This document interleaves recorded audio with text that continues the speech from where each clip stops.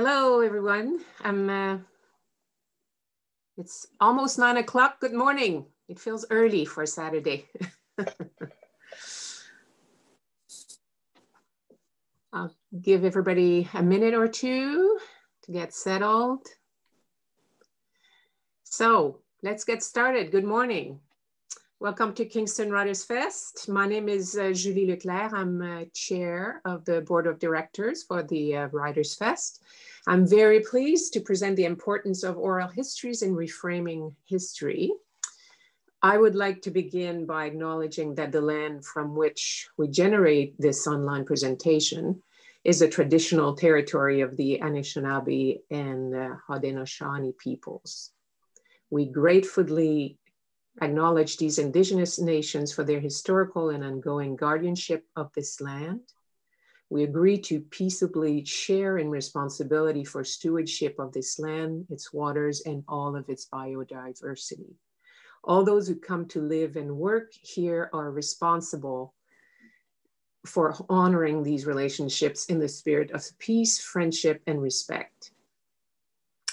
So I have a few thank yous. We're grateful to organizations and individuals who support the Kingston WritersFest, especially the Embassy of the United States in Ottawa for their support of Sara Franklin's appearance at the festival.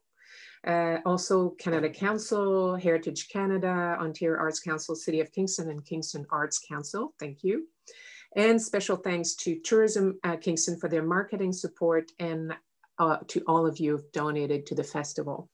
Just a couple more minutes for housekeeping items. The event is 45 minutes and include a brief question and answer period. So tell us where you're from if you wish using the Q&A function. And you can post your questions for Sarah and Laura there also. Complete our online survey for the chance to win a pass to next year's festival or a basket of books. Check our website for details. There's still many events to come. We hope you'll continue to tune in this weekend to some of our other events.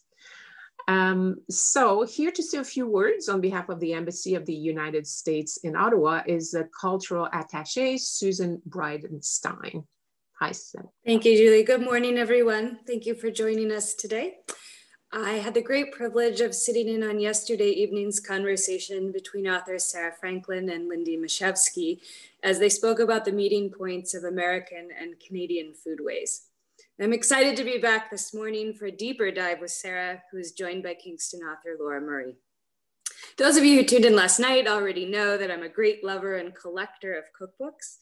To me, they're a snapshot of life preserved and passed on in the form of recipes. I hold a great tender for community and family cookbooks filled with recipes that were passed down by word of mouth for years or even decades before someone finally put them down on paper. So I'm all the more enthused that this morning's focus is on oral histories, to hear two experts in their field delve into how they do their work and to explore the way oral histories have shaped our own ideas of self on both sides of the border. Sara and Laura remind us that it is not just the collection of oral history stories and recipes that matter, but the collectors themselves. Who does this work and how it is done matters. I assume you're as eager as I am to hear their own thoughts on the subject, so I thank you once again for joining us this morning and gladly turn the conversation back to Julie so we can hear from Sara and Laura. Thank you. Thank you, Susan. Now to the event, I'd like to introduce Laura Murray first and then turn proceedings over to her. So Laura is Professor of English and Cultural Studies at Queen's University. Her teaching and research interests are diverse and include 19th century American literature, copyright and cultural policy, Indigenous history and literatures, oral and community history with a focus on language, narrative, and culture as they emerge from ordinary and everyday contexts. Laura was the director of the Swamp Ward and Inner Harbor History Project here in Kingston, documenting the history of two of the oldest areas of Kingston. And using archival research and personal interviews, the initiative brings people, time periods, spaces, and issues into Kingston's story and out of the shadow of limestone buildings and celebrated politicians. So please welcome Laura Murray. Thank you so much, Lily. Hello, Sarah. Hello, good morning. And hello, everyone else. I wasn't able to attend the event last night. I'm actually up in northern Quebec where it's very sunny. I hope it is where everyone else is as well. But I've already heard that it was a wonderful event. So we're lucky to have Sarah here for 3 events all together. This is the middle one. Following this, she'll be running a workshop, a little mini instant workshop on doing oral history. So today we'll give, I guess, a little background in our conversation. I'm looking forward to this. Sarah is an oral historian, a journalist, a teacher, a writer. Her training is not only in oral history, but in public health and in grassroots community development.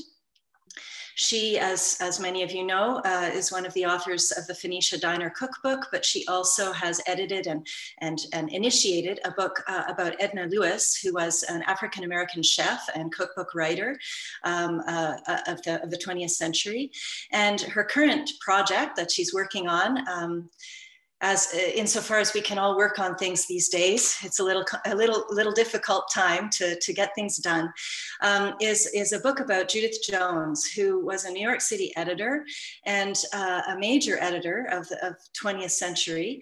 Not only did she edit some of the major novelists of the US in that period, but she brought to us the writing of Julia Child, of Marcella Hazan, of Madhur Jaffrey, and as a cookbook editor, she really changed the landscape of many people's homes and their tables. So this book is forthcoming, and it's based on a lot of interviews that Sarah did with Judith Jones. So that's a little bit of an intro to you, Sarah. Maybe we should just start with a really general kind of question. How do you define oral history? Oh, you're starting with a hard one. Let's just jump right in. It's a good thing I had some extra coffee this morning. Oral history, and this is it's a live wire term right now, because I think oral history as a phrase has come into a lot of people's consciousness where it wasn't even just a few years ago, particularly through podcasting. So I think people are getting reaccustomed to what it is to really listen to interviews and conversations on audio. And that was something that was so common across the world, really, until the advent of television, when it really got replaced and supplanted. But it's coming back because we're all walking around with these earbuds in our phones now, in our ears. And I think it's really important to distinguish oral history from conversation in journalistic form or podcasting, in that oral history is recorded with the intent of becoming part of an archive.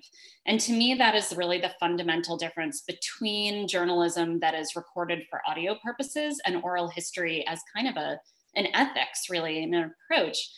And so I think of oral history as something where the goal is to preserve the raw conversation in an archival form so that both a historian or a journalist or a storyteller might use it for their own purposes for publication, perhaps also to return to the community from whence it comes, but also that there's an intent to put it somewhere where it can be accessed by future researchers, whether that's a library, a university, a community center, a family. But the intent is not to own it, it's to share it for future use. So I think of that as the sort of, there are lots and lots of nuances, but that's the sort of single defining difference in oral history from other audio recorded conversations. It's interesting you raise the podcast issue, because I think that although it's great that we are listening intently to so much great oral history material through podcasts, it also, for those who are thinking of starting doing oral history, I think gives an illusion of kind of production values that the actual interviewing doesn't include. So at least in my experience, both as a listener to archival oral history and a creator of them, oral history interviews are often bad radio. I mean, they're just really long, and they involve a lot of silence and kind of weird loose ends, because at least as I practice it, I try not to direct things too much, and things just go off in weird tangents. They may come back. There's some stuff that just isn't really interesting. And so in talking with my students recently, I feel they were really intimidated by listening to some of the podcast material, that they're going to be able to do that punch interviewing. And I'm telling them, no, that's actually not oral history. That's what somebody has turned oral history into. And there are other things that people can turn it into, but you have to have, as you said, that document to begin with. Absolutely. That can be reinterpreted and redesigned, but Absolutely. it has to be there as itself first. Yeah, I'm really glad you brought that up, because I think one of the things that, and podcasts are helpful because often you do hear people in conversation with one another. But when you think about audio documentary, which, you know, public radio the world over produces and many, many people listen to, and they can be fabulous. You know, it can be engrossing to listen to someone speak and narrate a story of their culture or place or community or their own life. But those are heavily, heavily edited. You listen to veteran radio producers and they talk about having tens of hours, if not hundreds of hours of tape that they draw from to make a single hour-long documentary.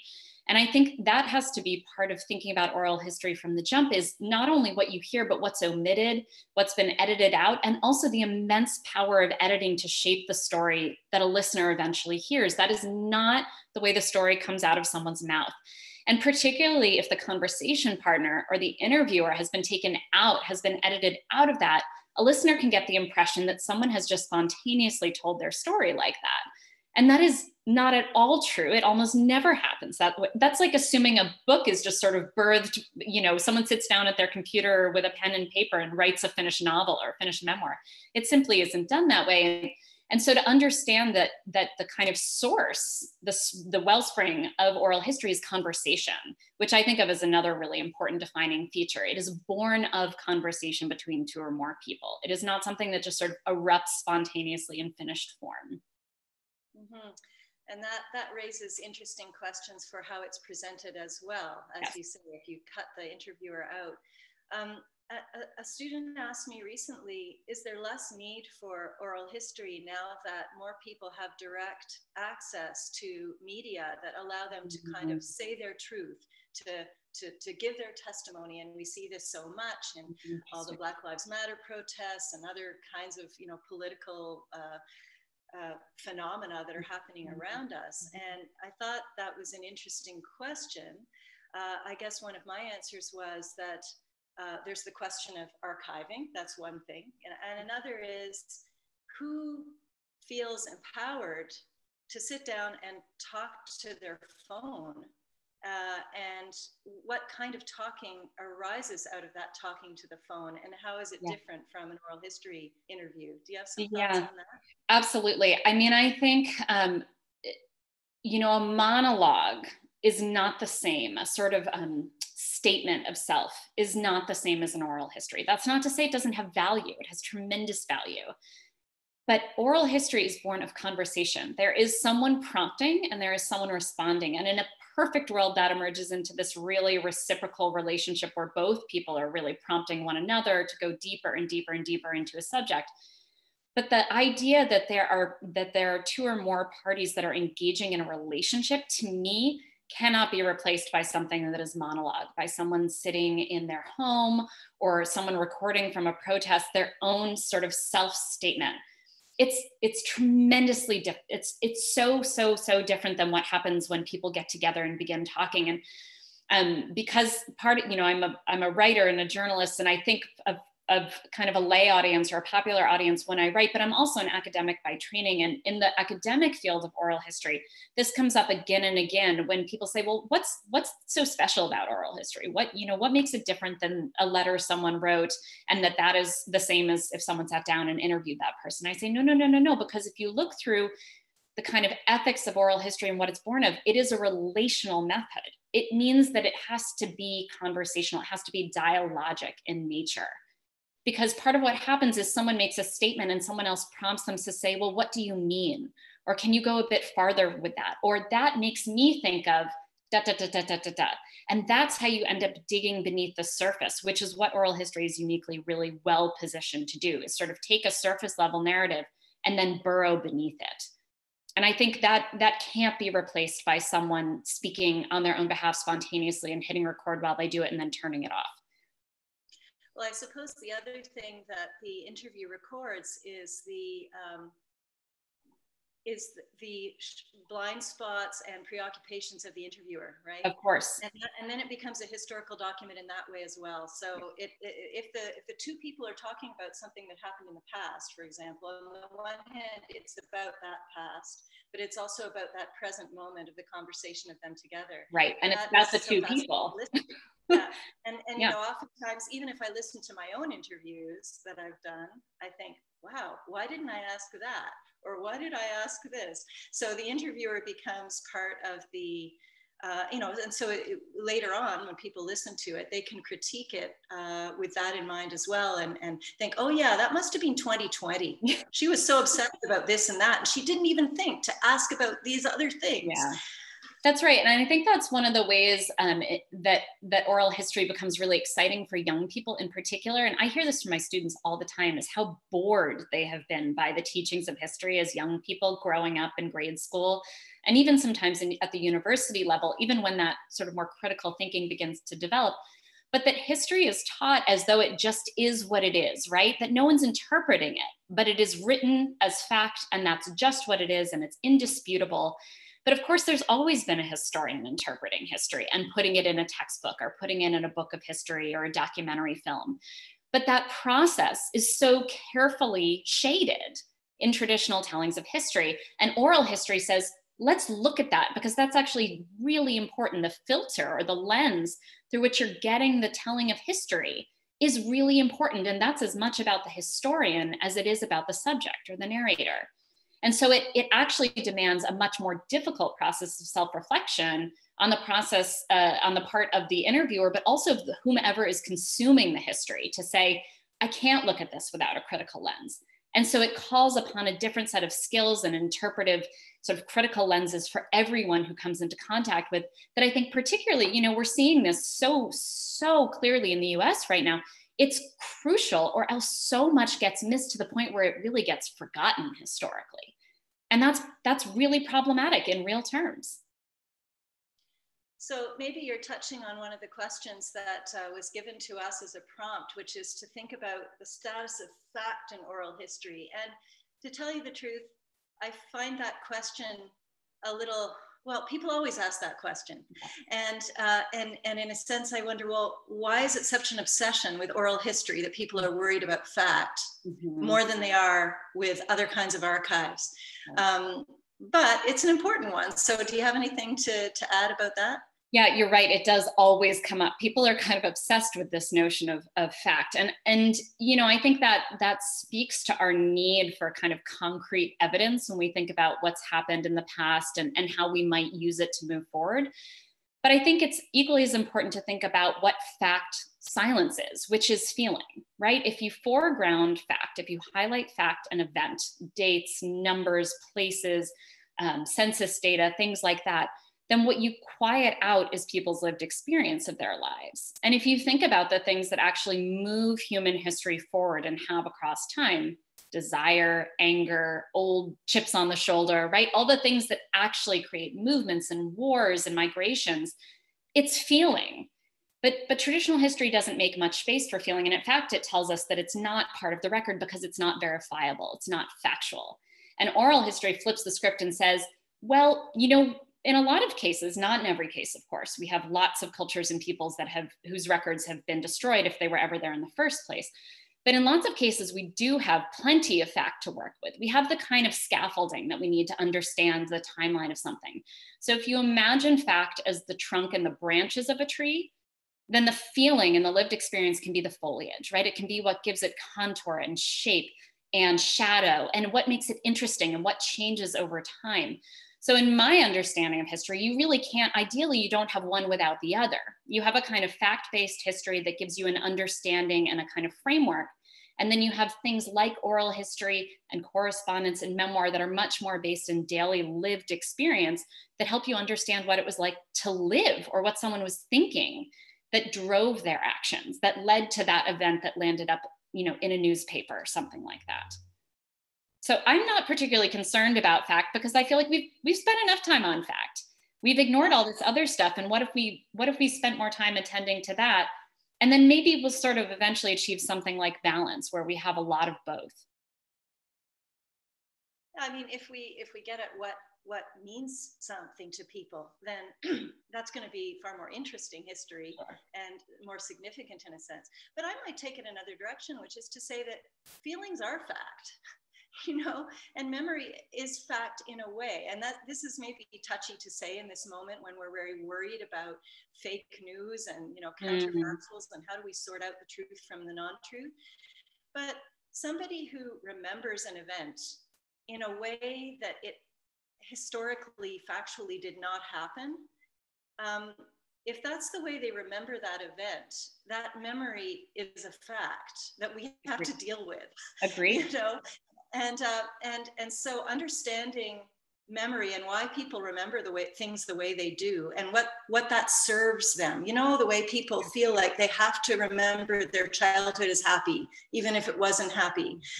When you do an interview, you can sort of feel that sometimes. Like a person will assert quite strongly what their feeling is about a certain thing, and then you can either think that that's strange, and then maybe that offers you some ways to nudge in a direction to pursue that sense, or you can accept it for what it is, and it gives you a certain understanding about how people cope in a sense, or how they make sense of a world that isn't really working for them.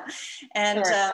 So I think that memory and feelings are facts in their own way. And if we don't recognize that, then we sort of say, well, we can say, well, they're just not true. So they're not as important. And we've got to focus on the stuff we can really prove. But memory and feelings are causing us so many challenges and problems in our world right now. We can't afford to think of them as just window dressing. We have to know how to analyze them. I agree with you entirely. And it was interesting. This came up last night in our conversation around food too, is, you know, the sort of establishment is terribly troubled by things that aren't verifiable. So food and memory are two of them. Maybe that's why I like both of them so much. They appear, they get consumed, or they get sort of processed, and then they disappear. And that's very troubling to people who are like, well, prove it. I can't, but it doesn't make it any less true. I remember something that way. I tasted it that way. It happened for me. And you know, I think we just have to kind of get over that notion that what makes something matter is whether or not it can be verified without a shadow of a doubt. Very few things in human history can be verified without a shadow of a doubt. You know, it's just, we have to, it's such a hubristic idea that whatever will get archived or sort of passed on as the official history of an era is stuff where you have 3, 4, 5 corroborating sources. It's just not the way human life unfolds. And particularly when you talk about groups or individuals who've been marginalized or oppressed, no one's bothered to ask as it goes or record what's happened. So of course it's not going to be verifiable. One of the things I remember first learning about oral history that has always stuck with me is that essentially the history of the family was impossible to write or narrate until people started talking to women, right? Everything from what you ate every day to how the laundry got done to how the family budget was spent, because women are often managing household budgets, to how the children were disciplined and raised, to who bumped their head and broke a bone at 3 years old. That entire history, let alone what the mother of the household might have been thinking or feeling, but all of that information was inherently shoved off to the side until someone started saying, maybe we should talk to the wives and the mothers here. Because if we keep concentrating on the male stuff, the sort of public life and the accomplishments that for so long were the only thing that showed up in biography and history, then you get politics and you get lawmaking and you might get salaries and things of that nature, but you don't kind of get what actually propelled human life forward. And so this whole element of human history was opened up when people started talking as a way of collecting archival records. Well, and that's also a way of collecting facts, right? Because all those things that you're talking about, how they did the laundry, this is information that is not in the archives, right? So most of our lives will never be in the archives, or they'll be, on our hard drives that will be tossed after we die. So that's, I guess, another way I would approach that question of fact is that oral history is a very, very rich vein of facts. Maybe not the kind of, bureaucratic documents of state and all this sort of thing, but it's how we learn who people were and how they lived and what they did, what they knew how to do. Cookbooks is an example of that, or just think of all the work that most humans do is not very much documented. So I think that fact is really important contribution of oral history in that way. Certainly in learning about the neighborhood that I researched, I can go to city directories, I can go to maps and all these things, they're useful, but it's only in talking to people that you find out what people actually did, you know, not to make it sound like a Richard Scarry book or something, you know, what people did all day, you know? And I think the other thing that it helps you do, right, if you start with something like a map or an official bureaucratic document and then you go talk to people, is you also very quickly learn what was not included in those official documents, right? All you have to do is talk to a handful of people before it can very quickly become evident what was deliberately suppressed from the record. And this is something we're grappling with so intensely at this moment in the United States. This is happening all over the world, but we're having a really, really friction-filled moment with it here in the US. It's very easy to silence something from the historical record, because if you're dealing with a few fact makers, right, and they're pulling the strings, they can write the history however they want, however it serves them. But human beings, if they're asked to tell you what they remember in a trusting, respectful way, will often tell you a much fuller story that really breaks open our understanding of the past in general. That's in a way that's much more challenging and much more nuanced. Well, and this has certainly been also very much part of the Canadian moment now and in the past few years, where, for example, the history of residential schools that Indigenous children were stolen from their families to be taken to. Oral history has been a key tool in understanding that history and moving towards some degree of recognition and recompense for that. Right. Of course, doing that work creates pain as well. So it's so ethically complex. And then there's been a lot of question about what should happen with those oral histories now that the litigation is over. But yeah, it is one of the main tools for creating some kind of social justice with populations that have not had access to the archives, and even whose access to literacy has been in many ways coerced or just overdetermined in so many ways. Absolutely. So, I mean, to take a very big turn from that, it's interesting to me then that you have done this book, you are doing this book about Judith Jones using oral history, because she was not a powerless person. She, I guess she was from the Upper East Side. She had actually written her own memoir, right? And so she's highly literate. She knows all sorts of, you know, famous people. She did well in life. So that interests me because of the contrast, in a sense. So how is oral history a crucial tool for you there? And how will the book you write be different from her memoir? Yeah. So the original impetus for writing this book was because I found her memoir pretty unsatisfying. You know, I found myself thinking she wrote the book when she was well into her 80s. And I remember reading it and being both so excited because she had this exciting, fun, adventurous life. And as you mentioned, she was interfacing with all these renowned people in the space of literature and food in particular, traveled all over the world.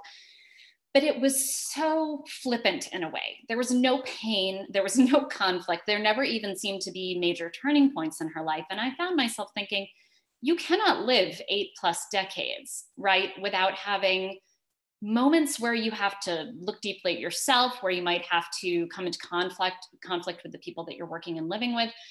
And so I was really interested in getting at the hows and whys of her life. And those became the driving questions when I was interviewing her. So it was I got to use her memoir as that scaffolding, right? It's like, okay, well, you've clearly lined out for me the kind of events of your life, the public perception of what you've done and your accomplishments, and some little anecdotes here and there. But what you haven't told anyone who's reading this book is why you did any of it or how you actually got from A to B.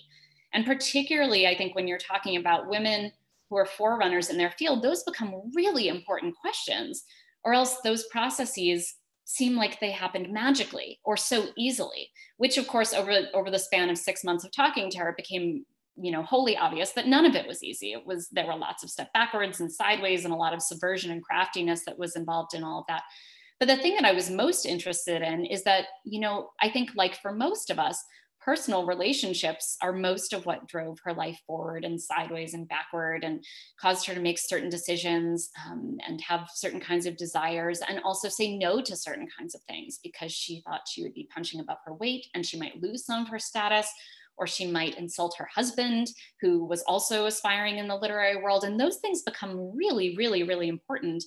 The other thing it told me a lot about, and there's very little on the printed record about this, you know, you mentioned Judith Jones was highly literate. Of course, she was a literary editor. But, you know, I'm someone who's interested in the conversation of oral history. So I'm equally as interested in the conversation between an editor and an author, which is really what makes a book. And so we were able to talk about those things, relationships with authors, long editorial processes, who was difficult, who was a dream to work with, what did that actually look like, who had trouble getting a book deal or selling their books and why, which often brought up issues of race and class and gender, right? So little has actually changed. But those things become really fascinating in terms of enriching the history of publishing, because what we have by and large now is a history of publishing that is written by and for white men. And particularly as publishing has become more and more a women's industry, most editors in publishing across the world are women at this point. That is really imbalanced. It's really untrue in terms of how it represents the industry as a whole right now. So when we think about stories and who gets to tell them and how, we have to start looking backwards while we still have the chance and say, well, wait a second, when did these changes come about? Who helped make them? How? And so that's in a lot of ways what that book is about. And the other thing that's been sort of constantly fascinating is I also have all of her personal her personal affects. So after she passed away, which is right in the middle of my work on this book, her family gave me all her papers. And so I'm constantly in conversation with the woman that I knew in her late 80s and early 90s, and all these letters she wrote across the span of a very, very long life. And that's just fascinating, right? Because I'm getting to watch her perception of herself change over time, even though she's not here anymore for me to ask. It's rich work. I really look forward to reading it. So I hope it won't be too delayed. You have a publisher for it, right? I do, yeah. So I have a question. I have a few questions in the Q&A here, and one of them is, I guess it's about the positionality of the interviewer with respect to the person being interviewed, and asking if, say, a non-First Nations person were to interview a First Nations person, and this is Kat Nichols saying, it's not that the story will be intentionally changed, interpreted differently because they're coming from different points of view because of their backgrounds and upbringing. So, you know, you and I are white women, and we, in our various ways, carry our own perspectives with us. Do you have thoughts about who should be doing interviewing? And if one is interviewing somebody of a different background, what are ways to step back and let them say what they need to say? Yeah, I mean, I think there are a couple of ways that power imbalance can be softened. I don't believe that it can ever be fully righted. I'm not someone who believes there is enough that you could possibly do to kind of correct historical wrongs and oppressions. I think that is a naive notion. But I do think there are things you can do. One of them, I think it's really important to actually get some training in ethics and practices of oral history. It is not really respectful or consensual to just show up at somebody's door in their community with a recorder and ask them to speak without kind of understanding through precedent and through some practice what it is you're doing and what can happen because of it. Because as you mentioned before, Laura, these conversations can really rip the scabs off old wounds, and that isn't without consequence. That's a really important thing to understand from the jump. You know, another thing that I think is really important is consent from the get-go, and that needs to take the form of actual consent forms. So it means a lot more time. You as an interviewer need to sit down with the person or people you're talking with and really go through, outline the process of what you're going to do, what this interview might be used for. So if you're planning to write something, make a documentary or archive this material somewhere, the person you're speaking to needs to consent to that. And if they say no, that really needs to be the end of it.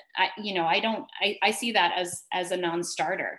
And the other thing that I do, and there are some oral historians who really disagree with this, but I really believe in it, is that before an interview gets archived, whether it's in print, a transcript, or audio or video, or ideally all three of those things, is that the person, the storyteller, the narrator, has a chance to go back and look at those materials. And if there's anything they want struck from the record or corrected, that they have a chance to do that. And the reason I think that's so important is it reminds a narrator that the power of that story is theirs to control.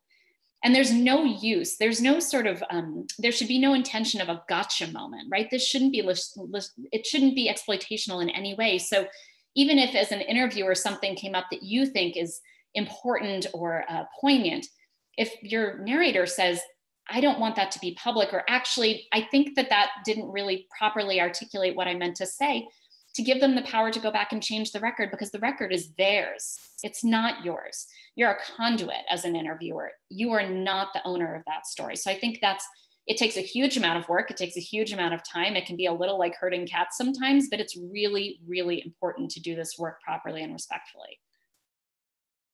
The ethics are really complex, I find, because sometimes in an interview situation, a person will come to trust you a huge amount. In a sense, that's what, I as an interviewer aspire to. I hope the person will feel comfortable talking with me. But a person can, I guess, somehow almost feel too comfortable and then later on think, wait a second, like and they may be finding the process useful for them to, and being listened to may be a big deal, and getting to process things. And then afterwards, they may have the feeling like, wait a second, it was one thing that I said that to her, but I don't want it in the archives, or I can think about people it might hurt, or I'm not really ready to have that out in public. And yeah, that's always really key to me, to be reciprocal and above board and all that. It's very different from journalism in that way. Very. Yeah, and journalists hate this. Whenever I've given talks or taught classes where journalists are in the room, they're like, how could you possibly, right? I got this great thing on the record. I'm never going to let someone take that back. We agreed at the beginning, and I said, this is for the record when we started, and they never said we're going off record. But that assumes that someone, as they're talking, as they're reminiscing, as they're remembering, is going to have the awareness to say, hold on, hold the phone while I have this emotional moment, this moving moment. That's not how we actually tell stories. And I think I have enormous respect for the field of journalism. There's obviously important work getting done there all the time, but the ethics of journalism and the ethics of oral history are not the same. And that's an important thing to be trained in from the jump if you're going to be doing oral history, that the motives are different and the ethics are different. I imagine this is something that you'll talk about in your workshop that follows. I'll just say to those of you who are in Kingston, I have run community oral history trainings in the past in Kingston, Ontario. I don't think I said that Sara Franklin lives in Kingston, New York. So for those of us in Kingston, Ontario, I've run a few times free community oral history trainings that are one day long. I love doing it. So if I got a bunch of people saying, I want to do it, then I would do another one, because I love to talk with people about this process, which is on the one hand easy. Oral history interviewing can be easy, and then it's also just extremely difficult because you have to be so responsive and you're listening. And I always find it, I always get very nervous before I'm about to do an interview. Will I be up to honoring this person by listening to them well enough? I think I have time to ask you one more question, because speaking of where you live, you told me that you have been teaching incarcerated men how to do oral history. And I want to hear a little bit more about that. Yeah, so I've been teaching oral history at the university level for about 8 years now. And for the past 4 years, since I moved up to the region where I live now in the Hudson Valley of New York, I've been teaching at the Wallkill Correctional Facility through New York University, which is my home university, runs a degree granting program there. And it's been so interesting to me I alternate terms. So I'm constantly bouncing back and forth between this very privileged institution of New York University, which has some of the wealthiest students in the world who attend. And then every other semester to go and teach incarcerated men, almost whom are people of color in upstate New York, but many of whom are from New York City, right? So there's this, before we even get into what we're doing, there's this movement of people that is fascinating to me, that I'm often teaching students in New York who aren't from New York, and then I'm teaching men from New York, but they're not in their home setting when I'm teaching them. And one of the things that inevitably happens when I start this course, and I always start by sort of orienting us towards what oral history is and what it can do, is we talk about some history that we all assume we share. And we will often talk about kind of the founding fathers of the United States and the institution of slavery and these big kind of pillars of American history, which is actually quite short. And so we don't have a ton to move through. And then I'll start to sort of raise questions around some of that and just ask things like, well, what if we asked so-and-so about the institution of slavery or the history of agriculture or about potable water? And immediately you can sort of see the wheels begin to turn in these men's minds. These are not all young people, which is one of the things I love most. My students range in age from about 22 up until their 80s. My oldest student has been in his 80s. And in some ways, I think the amount that this blows their mind is proportional to their age. The older students I have are the most sort of mind blown by this idea that they might be able to participate in changing the way history is told, because they've lived so long with an understanding that history is not theirs for the making or the telling. And so even the notion that that can be shifted even a little bit by them talking to one another, telling their own stories, encouraging one another to tell stories of the communities where they grew up, of the justice system, of experiences of being people of color in the United States, of the experience of being men. This is a total awakening. And so we often find ourselves talking about American history, but also about psychology and a little bit about trauma, because you really can't talk about one without talking about the other. So we're very careful to also talk about this sort of painful element and how to make sure that you stop before you push someone to a brink where they might not really be able to be recovered from by telling a story. But I love teaching oral history in incarceration facilities because I think it allows a sense of agency in a very small way to return to a group of people who've been systematically shut up across their lives, right? And particularly when you're talking about the justice system, who are often not believed, right? If we're talking about this idea of fact and that my experience is true, this is a group of people for whom that has been untrue throughout their life experience. And so it's tremendously powerful. It doesn't erase any of what they've lived through or the ways in which they've been oppressed or silenced, but it begins to kind of open back up the possibility of having some agency in how you talk about your own life and experience. And it's been really interesting because my students are all in medium security prison, which means they're all coming home again. And so when my students come out, I often hear stories from them. They'll send me an email or call me and say, this thing came up and it reminded me of class, or I did an interview today with my aunt or with my cousin. And it seems to really stick, which is enormously heartening to me. So do you have a sense of what they have done with these interviews at all? Or is it something that is mostly meaningful in the experience? Yeah, I mean, we focus on the experience itself. So one of the things I always have my students do is they go through the process of interviewing one another. Of course, we're in an incarceration facility, so who they can interview is very, very limited. Also, the access to the recording device itself is very limited to our class time. We're working within all these institutional constraints. But I have them transcribe their interviews, and then I have them go through that deep process of self-reflection. So they have to go back over their interview and look at how they acted in conversation with someone else. So it's sort of, it's very easy to kind of pass the buck or point the finger and say, well, they didn't give a very good answer, or they were sort of fidgeting in their seat. And so I make them go back and sort of do that process of saying, well, I could have asked this a little bit better if I had such and such, or I felt nervous about going into territory around someone's family, for example. And so I think that process becomes a sort of self-therapeutic process a little bit about what it means to both be a good listener and also a good conversation partner. And that's a life skill. That's not an academic skill. Those are life skills.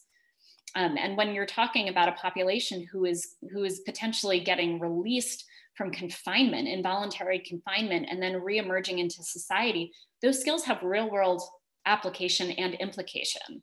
And so if nothing else, I always, on day one, because I always have some smart young student who raises their hand and says, what's the point of this class? What am I going to get out of it? Inevitably, it comes up.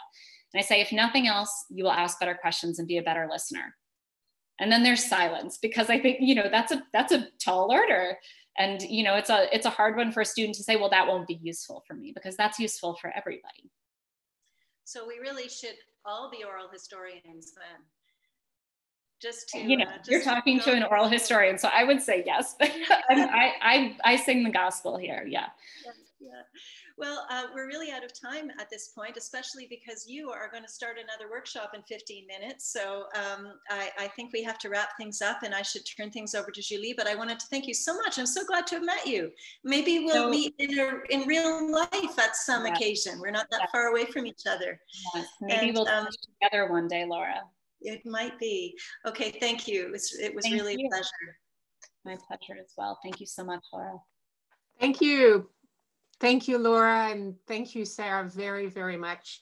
A reminder that books by Sarah are available for purchase at Novel Idea. I'm thinking specifically of her wonderful cookbook, the Phoenicia Diner cookbook.